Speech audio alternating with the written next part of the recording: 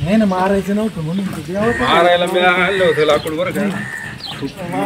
काम करू पण तिथं शिक्षण येता आलं नाही ना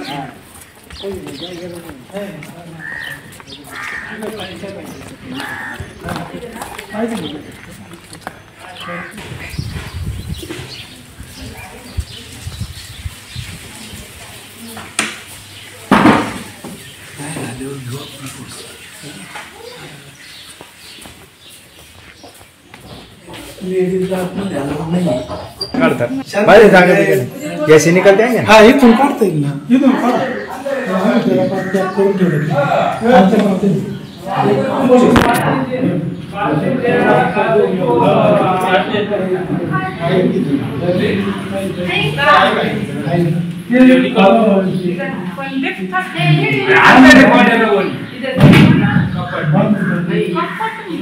अंदर जा तू जा कवर में पैक कर ले के अंदर कपड़े के नीचे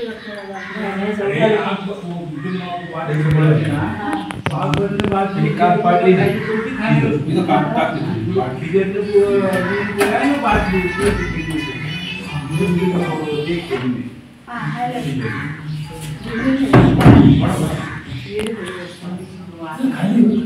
कपड़े मध्ये कपडे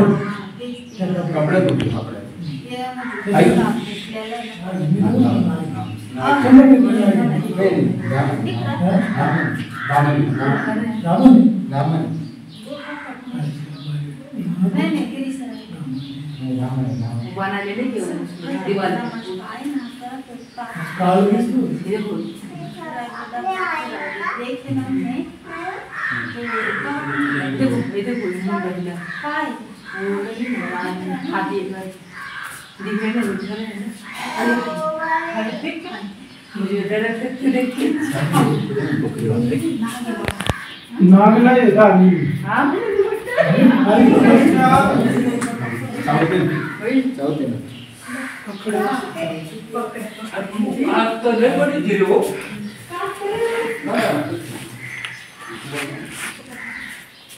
दामिन का बच्चा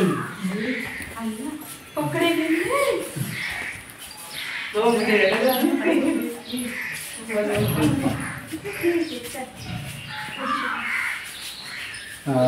इथे आलो आपण सरळे पठारामध्ये आलो आहे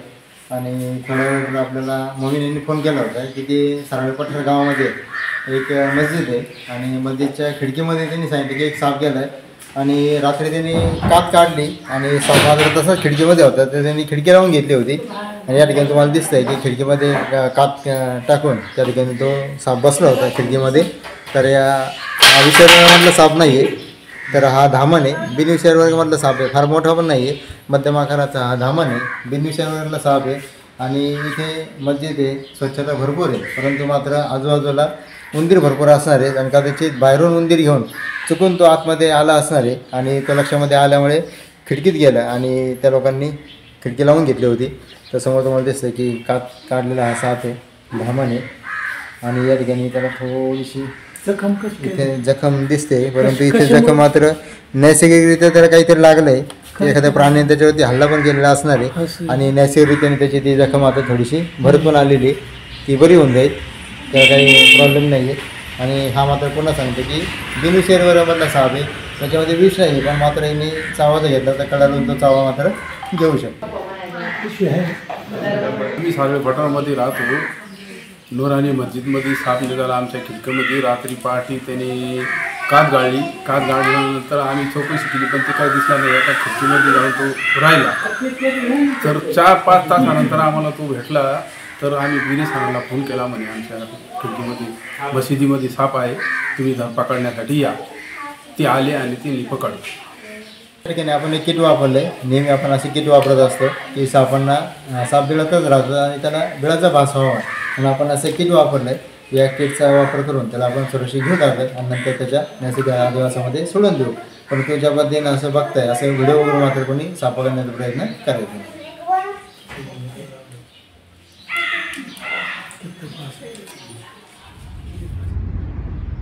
नूरानी मस्जिद सारोळे पठार या ठिकाणी जो आपल्याला धामण सापडला होता, या धामणला आपण त्याच्या नैसर्गिक अधिवासामध्ये या ठिकाणी सोडून दिले.